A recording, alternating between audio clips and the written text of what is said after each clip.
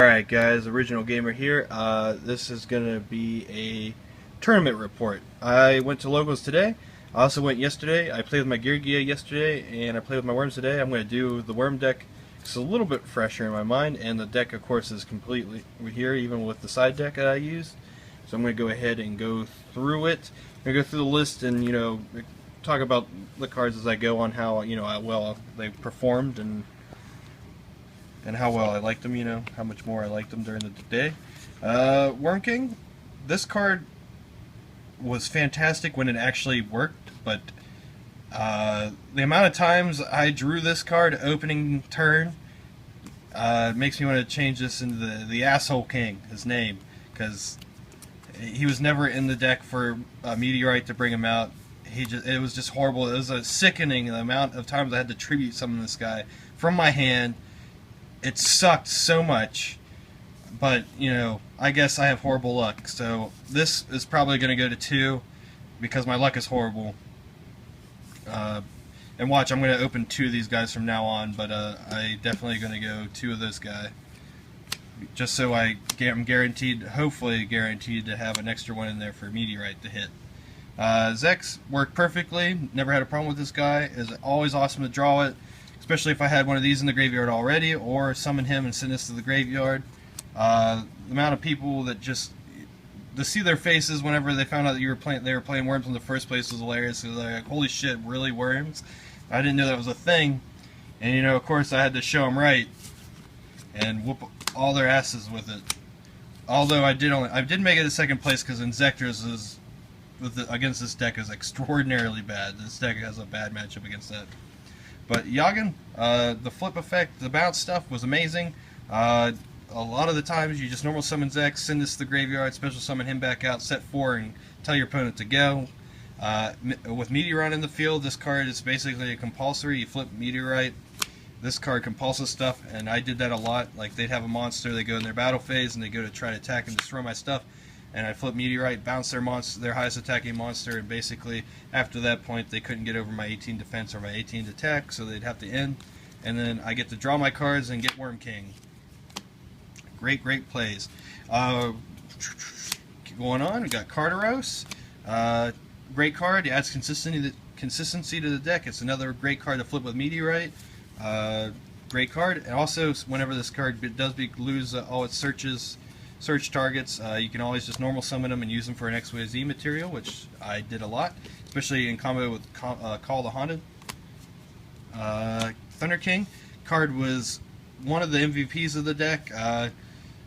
It made your opponent, like, as soon as this hits the field, your opponent loses their mind. They have to get rid of this card, or else, even if they're not a main searcher deck, for whatever reason, this card just has a kill me written on its back. Wasted a bunch of resources, and it kept him stalled for a turn. Summoning him in 4 back row is a beast. This card was amazing. It put in tons of work. I don't know how, to see the faces on people whenever you summon this card, and they're like, oh, wow, you actually run Murmillo, and I'm like, yeah, and they're like, why the heck would you run that? And then I'm like, effect, and search bottomless trap hole, and then the look on their face whenever they know they got to get through bottomless trap hole is hilarious, too. Also, I had some guy try to chain a bottomless trap hole on this card, and I had to tell him to read it because it doesn't happen. There's a couple times that I even used Call the Haunted to bring this back to pop back row, which is also great. So this card was another MVP, although I did side this out a couple times, like the whole Trap Tricks engine with Void Trap hole and everything. Usually I just sided out one of these and one Void Trap hole, but it's sometimes necessary to make room for side deck cards. One honest. Won me a game against Noble Knights in finals. This card is the nuts. I even won the game by normal summoning this and attacking for game. So great card, it's great. Duality adds consistency. I never was in a situation where it was bad to activate this card. This deck doesn't special summoning that much. I actually, I didn't really touch my extra deck that much, but I did. But it never got in the way of using Duality, and it was always nice because I could pick and choose my back row. Basically, I play this, I get Bottomless, Fiendish, Solemn Warning, Torrent Juno to pick from. I never actually. The only time, and it also helps you dig for Meteorite, which is a big win condition in this deck. One time I actually activated this and had 2 meteorite and something else. I was like, well, I guess I'm getting meteorite. Because getting meteorite with the Zex in your hand and like 4 other back rows is an amazing opening play for this deck. 3 MST because back row sucks, and there's so many people that couldn't side for this deck because they're like, what the hell's worms, and even a lot of them even knew what the hell they did.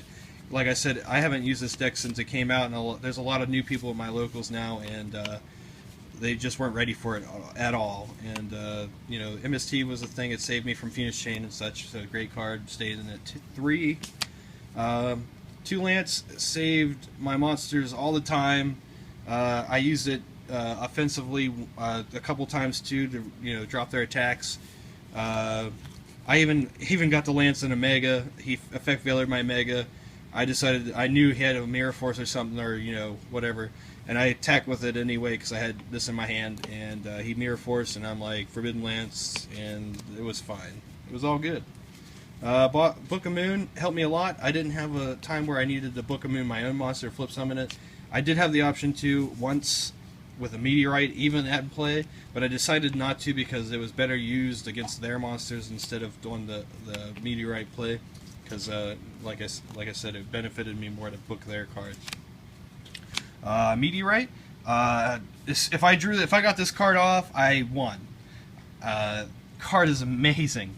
There's even, like I said, I always drew Worm King. The draws you get off this card alone is fantastic. I activated this twice during a Noble Knights match, and that's basically what helped me win. I got ahead of them in advantage, and I eventually won. Solemn Warning, Bottomless, and the double Void Trapples. Not much to say about these two. These cards put in tons of work. This even put in tons of work. It stopped the Noble Knight XYZ from hitting the field once and won me the game. It stopped a Tiramisu once. It stopped a bunch of different cards. Great card is great. It stopped their effects from working and blew them up. That's just what I wanted to happen. Torrential, Mirror Force for my mass removals. Nothing bad to say about either one of these cards.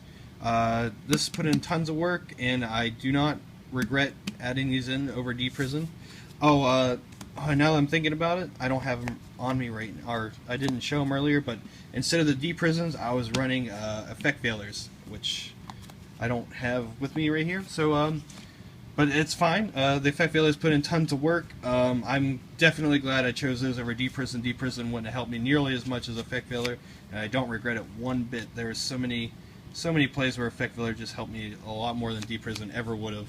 And yeah, I'm just not a fan of D-Prison, so. 3 Phoenix Chain stopped. I actually had double these, and it won me a game because they were trying to attack me for a game. I only had like 300 life points, and this just stopped them. Also, Effect Negation is key, which is why Effect Veiler in this was it just helped me lock my opponents down with that in my back row. Call the Haunted. There was so many plays, so many times that this helped me. It's helped me keep field presence a lot. There's times where I had, my Yogg in my graveyard, and I had a Zex in my graveyard, and I would call the Haunted back my Zex, and then I could use Yoggin's effect to special summon him. Great plays, and also it helped me make Exceed monsters. One of the plays that I did earlier today, I called the Haunted this back, got my Yoggin back, and normal summoned my Carteros, and then I XYZ'd these two into like King of the Pharaoh Imps and grabbed into those X. And then I had this play with Nebula Meteorite. Great play. Also going on, because that's all my monsters in my main deck lineup, we're going on to the extra deck. 2 double King of the Pharaoh Imps. This card was great. Like I said before, I like to run 2 because the one always dies, and that is definitely true. The first one I summoned has been hit by every known trap card, like, commonly used. Phoenix Chain has been hit by Effect Veiler. It got hit by Bottomless, Solemn Warning. I think it even got D-Prison once. This card was hit by basically everything you can think of, and the second one always came through for me. Not always did I decide to go for it a second time, but when I did, I always got my search off because basically this baited, the first one always baited out the the trap cards. So that's off. Okay. I never went into this one time. I think I had the option once, but I could not make it. Like, there's just no way I could get two monsters out at the same time, and it was during my Mendolce matchup, but I just couldn't make it. You know, it's there for the option too, but at that time I just couldn't make it. I made this, I think, twice. I took a Dark Arm Dragon and a Azure, the Blue Eyes Synchro that came out in the structure deck. I can't remember what it's called, but I took it with this too today. Omega. This card was MVP. This is the one I went into the most. There's so many decks that just like set like a ton of back row, and it was just like go. And as long as they didn't have warnings, you know, I got stopped once with Fiendish Chain somehow, and that was about it. But other than that, this card got rid of so much back row, and or just let me attack for a couple times to, you know, get their life points down. Great card, is great. Although I never was able to go into M7. They always killed Omega off before I could go to M7. I made this one time during my Noble Knight matchup in finals, and I was trying to hurry up and push for game because I only had 300 life points left. But this got stopped, sadly, by D-Prison.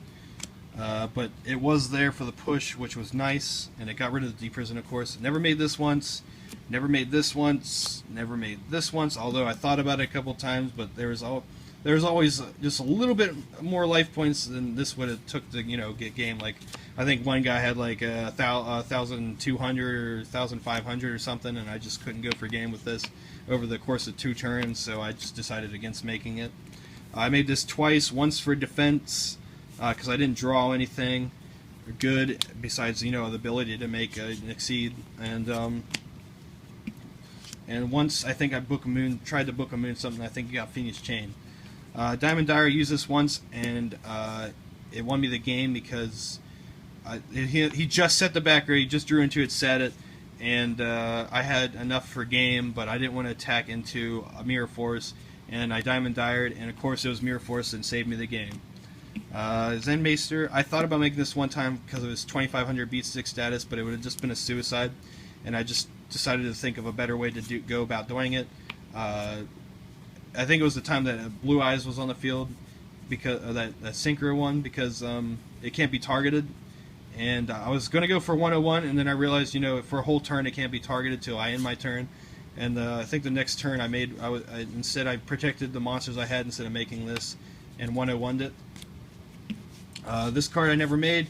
The option was there. It was nice to have. I never wasted all my materials from my Omega to even think about making this, because by the time I got down to my last material on Omega, they were able to chain over top of it or kill it or, you know, run it over, do something.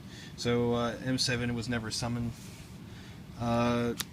Double Max C. I sided this against Insectors, and that is about it, I think. Oh, yeah, Insectors, that's it. I only sided this once against Insectors, and it was only because Mirror Force, Void Trapple, and Murmilla was sided out because they were basically useless in that matchup, because there was no point in Void Trapple because they don't really summon anything that big. They usually blow up everything and then, you know, and then make their monsters an OTK. So Void Trapple was useless, Mirror Force is useless, because I'll blow it up first. So I sided them all out for, you know, 2 Max Cs, hopefully to draw into my other side deck cards. Usually they don't special summon either to their about make game push, but, you know, whatever. I sided this in. This won me a game against the Blue Eyes Maiden deck, and that's all the time I sided it in, because I normal summoned it, and no matter what, if I targeted or tried to attack his Blue Eyes Maiden, he couldn't special summon because I had this normal summon on this field, and he couldn't summon anything big enough to get over it. He did Torrential, I think, once to get the one off the field, but I had the other one in my hand, so I was just like, okay, main phase 2, normal summon this one, and he just pretty much scooped after that. 2 Shadow Imprisoning Mirrors, MVP in my Insector matchup is the only reason I won the very first time I played the Insector player, who was also my good friend. You know, I played him, and this hands down won me the game. So that's the thing. Trap Sun was the other thing I sided against Insectors. I sided against just Insectors, really. I wanted to stop his Threatening Roars. Threatening Roar is such a pain. I'll finally be able to attack, and he'll just be like threatening roar. So I just figured, it was better than Mirror Force during the matchup, so slide those in. Double DNA surgery. This is more for Bujins and Fire Fist, or Prophecies, but none of those were played today. But Noble Knights were, so it helped me against the Noble Knight matchup. Actually, it really didn't. I drew it once, and the one time I drew it, it got MST'd. I was going to call Reptiles, and a lot of his equip cards only work on Warriors, so I figured that would help. But like I said, it got MST'd. Rivalry. This worked against. I sided this against my Modolce matchup and my Constellar matchup. It put in work on both of them whenever it could. It won me the game. Game 2 against Constellars. He couldn't do anything under this. It was actually hilarious. Stygian Dirge. This was like a card that like nobody knows about. I don't know how many people had to like stop, read this card, and like really that card does that, because they didn't even know this card existed. So many people are now wanting to take this in, or throw in a one level lower monster in their extra deck just in case I side this card in for them, that they can actually do something. It's hilarious. A bunch of people have been teching in like level rank 2s and 3s just so that they can do something while this card's on the field. This card put in tons and tons of work. It worked in my Constellar matchup, it worked in my Modolce matchup, and I think I may have used it in Noble Knights. Yeah, I sided in Noble Knights too, but I never used it. Memory of the Adversary. I decided to try this out. I don't think it targets. I'm pretty sure it doesn't target, and that's the reason I tried it out, because some cards targeting is you can't do that. So it's like a thing for my Blue Eyes Maiden thing, because it doesn't target their stuff, and also for Noble Knights, I sided it in. My matchups, the first round I played was Constellars, and I 2-0'd them, and Modolces, I played them second round, and I lost the first match, and the second match, Rivalry and Stygian Dirge won me the game. The third game, he beat me again with normal Modolce shenanigans, I believe. And Inzectors, I lost the first game due to complete OTK. And after that, I played the Blue Eyes Maiden deck. And I 2-0'd him. Oh, if I didn't mention, Shadow Imprisoning Mirror is basically the reason I won against the Inzector matchup.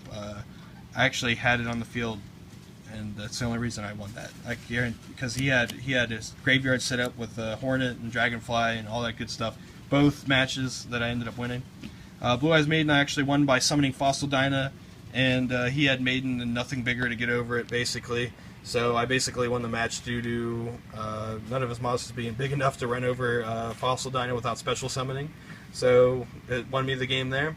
Noble Knights, that was the longest grind game ever. Like that was my most epic matchup of the day. The first game, he summoned his XYZ monster with all attachments, and he kind of I just had no outs to it, and I just scooped up. Went to game 2. I sided in my Stygian Dirge, DNA Surgery, and Memory of the Adversary. And the next game, he just opened up all equipped cards and couldn't do nothing, and I just kind of slowpoked him to death with Zex and Yagan on the field. And the third one, we went into a huge grind game. I got him down to 32. He got me down to 300, and he was joking about Cowboy, but I had double Phoenix Chain and Effect Veiler, so I was completely fine if he ever tried to drop that. But he eventually got a dry stand and started poking me down. And like I said, he got me down to about 3,200 before I got rid of it. We were trying. The only cards we had in our monsters we had in our hands was Effect Veiler, or not Effect Veiler, Honest. He summoned his Honest to try to attack, and I actually wasted my Memory of Adversary on it. And I summoned yeah, that was game. That was what happened in game 2. And I actually won with my Honest and his Honest. It was great. But the end of game 3, I actually had Effect Veiler in my hand, and he tried to attack me for game, and I Honest, and that was the last monster he had, so I basically won because of Honest. Next turn, he had like 1,400 life points left, and I had Zex on the field. and I just swung, and that was game. The last matchup for finals was Inzectors, and the first game, it just seems Inzectors just blows you away the first game. He just OTK'd me.